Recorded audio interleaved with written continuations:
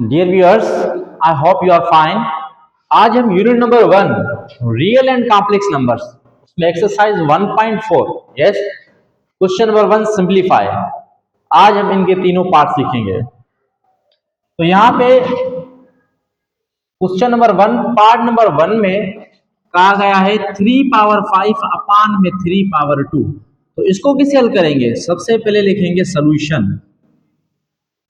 अब 3 अपान 5 3 पावर 5 अपान 3 पावर 2 यानी सेम जो नीचे लिखेंगे। अब देखें यहाँ पे बेस सेम है। यस, याद रखें जब बेस सेम होता है तो बेस 1 टाइम लिखी जाती है, बेस को 1 टाइम लिखते हैं। इन दोनों के ऊपर पावर है। यस, अब जो 5 पावर ये सेम, नीचे वाला पावर इसको माइनस किया जाएगा ऊपर वाले पावर से, यानी 5 माइनस 2। तो यहां पे 3 सेम 5 माइनस 2, सर इसका मतलब है 3, क्योंकि 5 माइनस 2 इट विल बी 3। तो इसका मतलब क्या होगा? 3 पावर 3। अब 3 पावर 3 का मतलब ये है कि सर 3 को मल्टीप्लाई करो किससे? 3 से नहीं, 3 को खुद से 3 टाइम मल्टीप्लाई करो। 3 मल्टीप्लाई 3। तो अब देखो 3 3 जा 9, यस 9 3 जा इट विल बी 27। तो इसका जो आंसर आएगा वो आएगा 27। स्टूडेंट्स ज्यादातर पावर को हल करने में छोटी मिस्टेक करते हैं।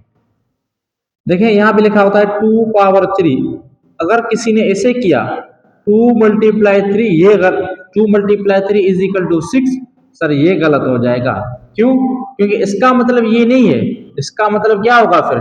इसका मतलब होगा कि 2 को इट सेल्फ 3 टाइम मल्टीप्लाई करो। तो 2 2 जा 4, 4 2 जा 8, सर यहाँ पे आंसर आएगा 8। तो ये बात ध्यान में रखें कि जब ऊपर पावर गिवन होता है तो जो बेस होता है वो इट सेल्फ मल्टीप्लाई होता है उतने टाइम जितना पावर होगा। अब चलेंगे पार्ट नंबर 2 की तरफ।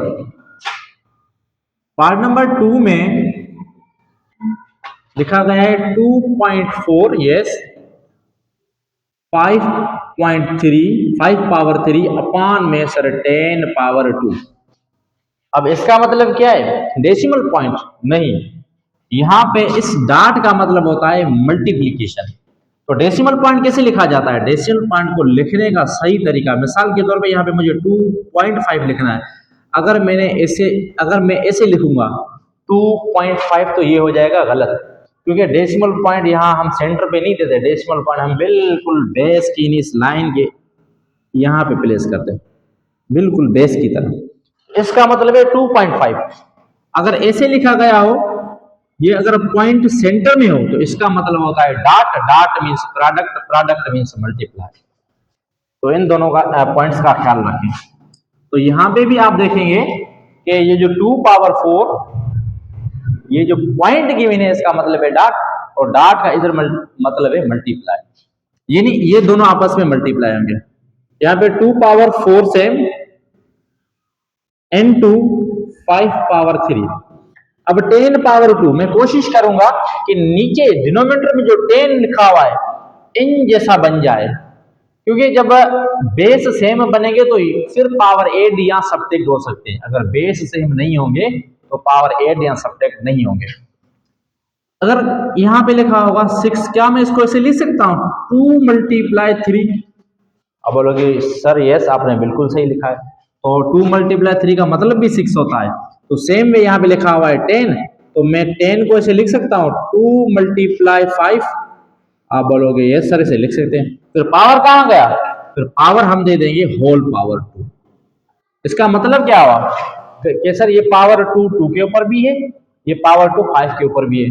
सर आपने यहाँ डॉट की यूज की, मल्टीप्लाई भी लिख सकते हैं, मगर ऊपर भी डॉट गिवन है तो इस वजह से हमने यहाँ डॉट लगाई है। अगर आप मल्टीप्लाई लिखेंगे फिर भी लिख सकते हैं, मना नहीं है।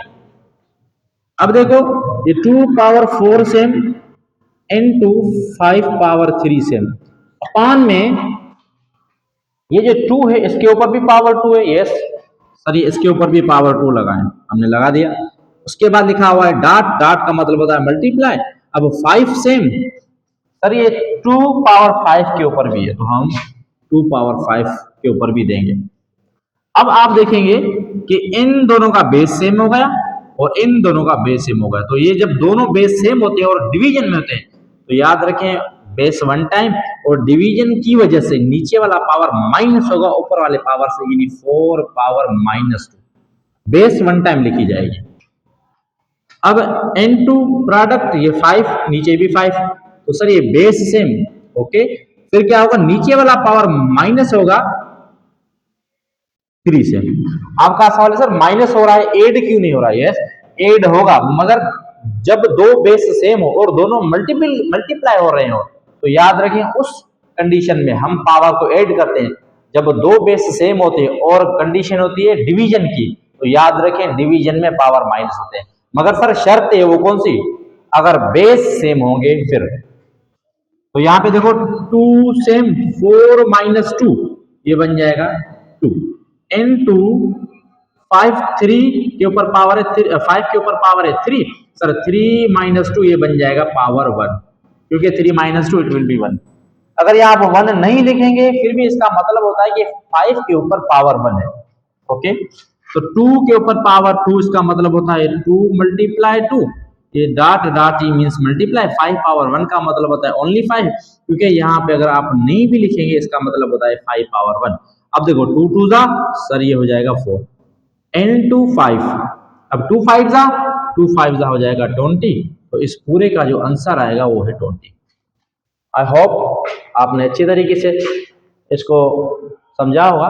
अगर यहाँ पे लिखते हुए एक चीज ध्यान में रखिए, अगर आप यहाँ पे इक्वल टू की साइन दे रहे हैं तो इट विल बी बेटर, क्योंकि इक्वल टू की साइन देना लाजमी नहीं है, अगर देंगे तो बेहतर होगा, पता चलेगा कि ये प्रोसेस जो हमने किया है यहाँ के बाद फिर ये प्रोसेस है, इसके बाद फिर ये और इसके बाद फिर ये, अगर देंगे तो अच्छी बात है।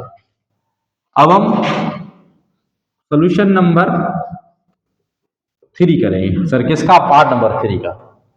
यहाँ पे देखें ये condition a + b whole power 2, sir नीचे भी a + b होल पावर 2 है, तो ये a + b whole power 2 into c + d whole power 3 upon में a + b, फिर दूसरी ब्रैकेट में लिखा हुआ है c + d होल पावर 2।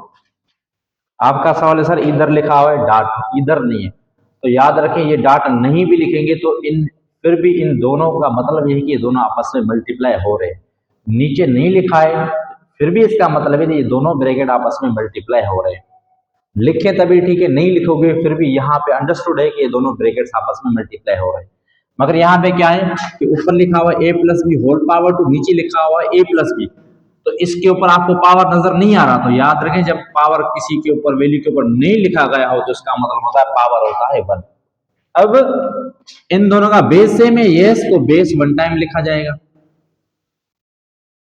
और नीचे वाला पावर माइनस होगा ऊपर वाले से, 2 - 1 n2, यहां पे भी देखो c + d अपान में भी c + d, तो बेस सेम है, याद रखें बेस सेम तो बेस 1 टाइम लिखा जाएगा।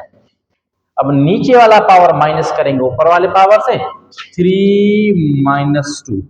अब देखो ये a + b same whole power 2 - 1 यहाँ पे आ जाएगा पावर 1 n2 c + d 3 - 2, तो ये पावर हो जाएगा 1।